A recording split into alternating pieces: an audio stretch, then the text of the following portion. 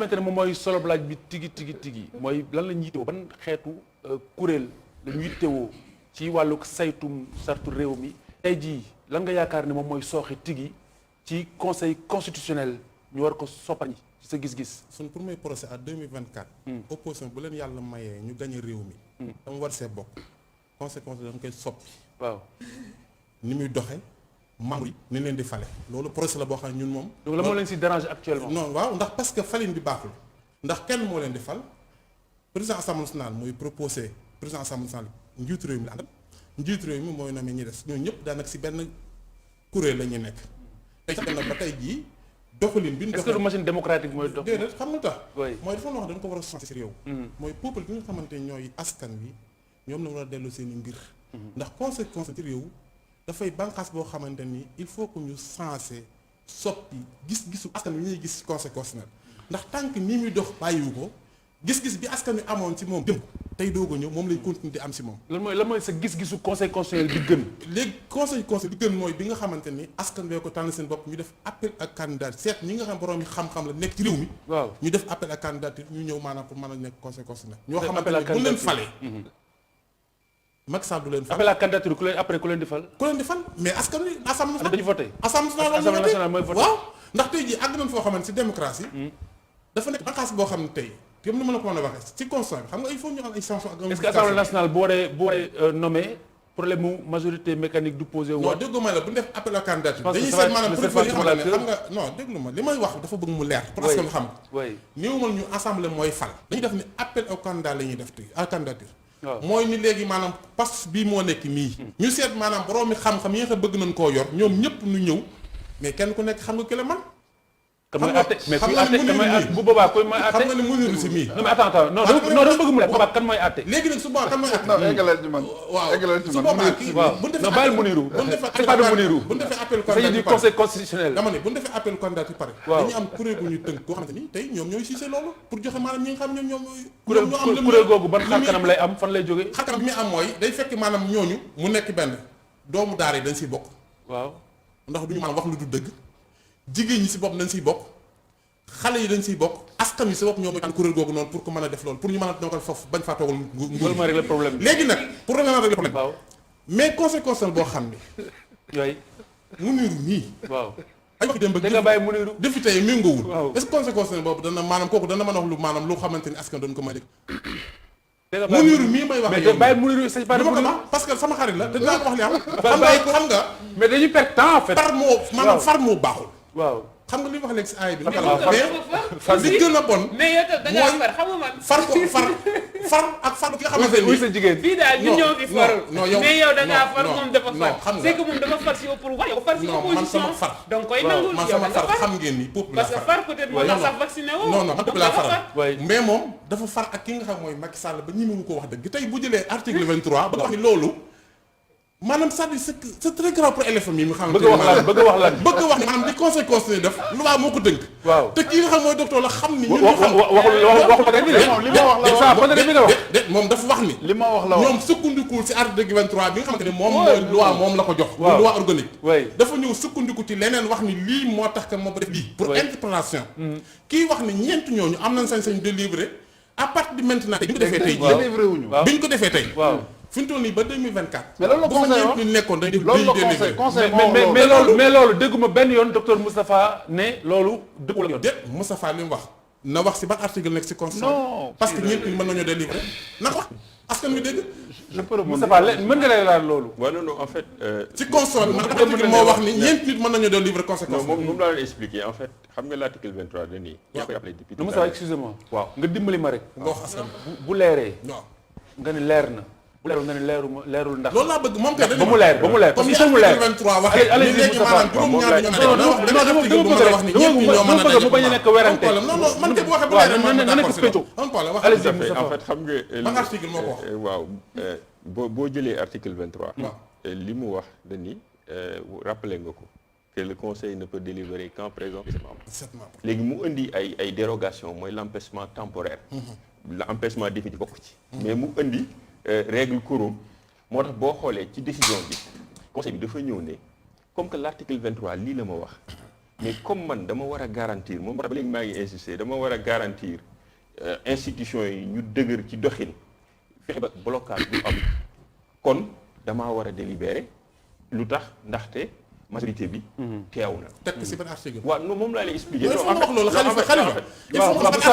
il faut wax loolu. waaw ban article la ko non teg moom laa expliquer. waaw délivré ci 4 membres. waaw non xam nga moom laa lay wax article 23 bi posé na la présence des 7 membres moom laa lay expliquer. waaw mais conseil dafa dans sa décision justifier li ñu naan motiver tey jii nii nu ma la ko mën a expliquer sànq mu ngi junj lu mel noonu maanaam mooy lan conseil dafa compléter article 23 ne bu fekketee dem na ba li nga xam ne blocage risque blocage dafa nar a am ak li nga xam ne dama ko war a garantir mooy régulation des pouvoirs publics war naa mën a acter maanaam je dois délibérer genre xaw ma nu ma la ko mën a léegi je te pose mënul ñàkk la faaw mu am en réalité mais lépp ci article bi la. Moustapha mën naa la poser une question. boo ko leer na. Je vais poser une simple question waay Moustapha. Est-ce que bi juge bi rendre décision ba léegi ñu tudd cette jurisprudence là lan nga ciy jël comme leçon. waaw li nga la leçon immédiate mooy dafa compléter l'article 23. non à partir d'aujourd'hui man leçon bi mooy à partir d'aujourd'hui conseil constitutionnel mën na en l'absence de 3 personnes délibérer. waaw loolu mooy en fait en réalité moom laay c'est ce que je dis moom laay conseil moo wax loolu. mais non mais comme Conseil moo bëgg ko dégg bi mu délibéré est-ce que non alors moo ci xar kanam bi ba tey war a xaar ban conseil constitutionnel. man pour man. waaw comme par exemple président buy fal si li ma jot a gëstu. magistrat yi nekk si cour des tribunaux je pense dafay xool le conseil des magistrats ñoo koy jox ay kii ñooy contrôler en fait bu ne profil yi laay fal. ci magistrat yooyu dafa am benn conseil des magistrats yi koy valider. waaw man pour man il faut ñu teg beneen kuréel goo xam ne xaw ma nu muy tudd ak yenn profil ñoo ciy ne ba bis ñu jëlatee mbébét nit ñii ak ñii war nañu composer conseil constitutionnel bi. ñële pour équité mën na am opposition mën na am ay membres je ne sais pas. ñëpp sori yow sa càmmoñ. non waxuma ñu sori yow la waxuma appel à candidature. mais ñu ngi woon tey dañuy teg benn kuréel. de veille et de validation xam nga nu muy demee. nga xam ne représentativité bi dina ci am. ceux qui sont de l'opposition mais boobaa day fekk ñu désigner tamit seen chef de l'opposition. bi ñu amagul donc ceux qui sont de l'opposition vont décider les députés aussi d'autres personnes. et peut-être bon parce que man je ne suis pas juriste si population bi ni mu ko gisee ñooñu. bu ñu nee ñii kan mën nañ valider seen candidature peut-être dina tax ñu gën ci bàyyi xel mais aussi ci li ñu war a gën a jàpp mooy aussi profilu magistrat yooyu ak juste yooyu nekk ci biir conseil constitutionnel aussi c'est des personnes yoo xam ne ni prouver nañ seen responsabilité prouver nañ seen mën-mën ak seen kàttan looloo tax ñu mën a nekk foofu donc ñooñu personnes yi bëgguma du may bëgg souvent opposition bi di wax ni way ñii ils sont kii ñoo violé constitution bi. personne yi Macky Sall fal am na si ku ñuy wax. waaw man eggle waaw ba sama àggale après àggaleel boobu ma tontu la. àggaleel non balaa ngay tontu da ngay bàyyi ñu def tour de table bi comme ça. waaw man daal loolu laa bëggoon wax ma ne daal loolu bu mënoon nekk mu am benn genre kuréel goo xam ne saa yi ñu désigné cette personne yi ñoom dinañ ci mën a am seen approbation ba nga xam ni buñ nee ñii la kenn dootu leen remettre en cause. lan lay doon léegi bu représentatif rek bu représentatif ok foofu xam nga peut-être foofu débat dafa am na dëkk yu nga xam ne juges yi dañ leen di fal l'élection des juges moom dëkk yu nga xam ne tendance bi loolu la dañuy nommer juge yi nomination boobu nag boo jëlee loi organique dëkk yu am constitution yëpp en fait même les autorités politiques dañuy dëkk par exemple da ngay boo liiree au Sénégal article 4 bi daf lay wax ne magistrats yi ñuy nommer nan la ñu war a mel donc quel que soit ka mu mënti doon dañ koy jëli ndaxte loolu loi bi wax ba ñu ne la professeur aussi titulaire de droit ce qui fait que da ngay def agrégation donc waaw loolu mooy deuxième mais yooyu yooyu ak inspecteur d'État mais yooyu on les appelle les critères statutaires formels maanaam président bi buy nommé ci yii la war a sukkandiku mais beneen aspect bi nga war a poser aujourd'hui mooy est-ce que conseil constitutionnel bi ñu am est-ce que dañu war a am des renouvellements fréquents est-ce que fréquence renouvellement bi mënul porter atteinte ci li ñu naan continuité doctrine bi nga xam ne cour bi war na ko am beneen ponk bi aussi bu ñu gis mooy est-ce que finalement est-ce que juróom-benn at ndawul est-ce que tey jii mënuñ ko yóbbu 10 ans pour garantir li nga xam ne moom la ñu naan juróom-benn at du presque benn mandat la waaw am na dëkk yu nga xam ne sax ñaare parfois nomination juge mën a coïncider ak mandat ki nga xam ne moo leen war a fal mais ce qui est intéressant mooy profil yu am conseil constitutionnel dafa nekk ñu nga xam ne dañoo jàng droit xereñ ci seen domaine maanaam conseil constitutionnel dugg fa privilège la waaw di nga gis koo xam ne dina nekk non seulement sag la mais boo demee ci dëkk bi xam ne leen tuddee on les appelle les sages. Parce que foofu dañoo jàpp ne dafa am sax limite d'âge.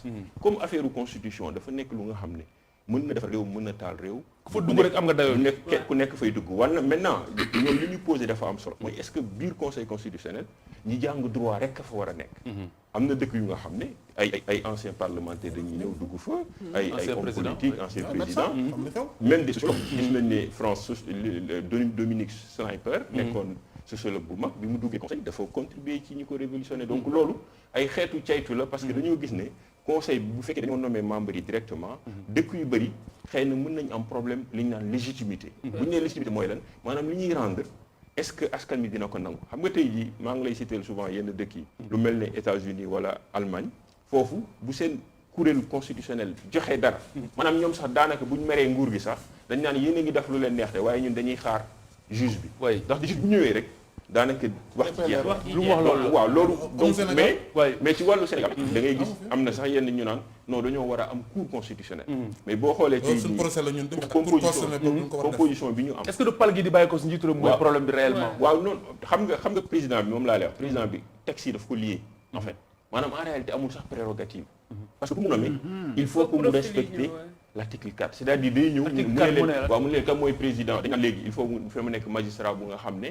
nekk na président de chambre cour suprême wala tamit nekk na li ñu naan voilà cour d'appel wala nekk na professeur titulaire de droit ba pare def 20 ans d'ancienneté parce que bu njëkk ba sax 25 ans la woon léegi indi nañ ko ñaar fukki at donc ce qui veut dire que président bi danaan léegi critères yi nii ñan ñoo ko méngoo les gars yi dem xool université wër prof yi nga xam ne répondre nañ ko ñu dem aussi xool magistrature prof yi ñi nga xam ne juge yi nga xam ne méngoo nañ li loi bi wax président bi ci loolu lay sukkandiku dem maintenant débat de fond bi je crois que mooy tey jii nii kuréel gi ñu bëgg est-ce que dafa nekk kuréel gu nga xam ne xamee bi mi ngi am saa yu opposition parlementaire demee déposer kuréel wala saa yu élection amee nangam est-ce que tey jii waruñu dem ba di gis cour constitutionnelle bu ñu nee par exemple droit des femmes violé respecté wuñ ko cour constitutionnelle ñu saisir ko mu condamné ñi nga xam ne ñoo jalgati wala bu fekkee ay école manqué na wala bu fekkee santé bi doyu mais élection yi noyé na mu sanctionné les partis c'est-à-dire tey jii da ngay gis pandémie bu mu judd pandémie li mu amee nii dañoo gis dëkk yu bëri juge constitutionnel bi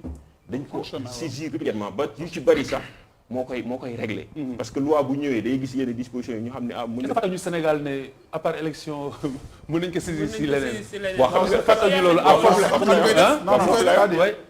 problème bi loolu la on revient toujours au droit parce que parfois les hommes politiques surtout opposition en général pas opposition Macky Sall mais opposition naturelle dañuy foog ni dafa am opposition Macky Sall opposition naturelle oui opposition Macky Sall mooy opposition bi Macky Sall tombeel bokkul ak opposition bu Ablaye Wade bokkul ak opposition bu Abdou Diouf foofu laay waxee chaque opposition yi dañuy foog ni conseil constitutionnel dafa am sañ-sañu def lu ko neex dafa am ñu tudd contrôle par action ak contrôle d'exception contrôle d'action maanaam tey loi boo xamante ni voté nañ ko mu porte préjudice aux femmes femmes yi jël seen kuréel dem saisir le conseil constitutionnel ni loi Sénégal tëddee loolu conseil du ci statuer kon il faut ñu changer ko mais conseil constitutionnel day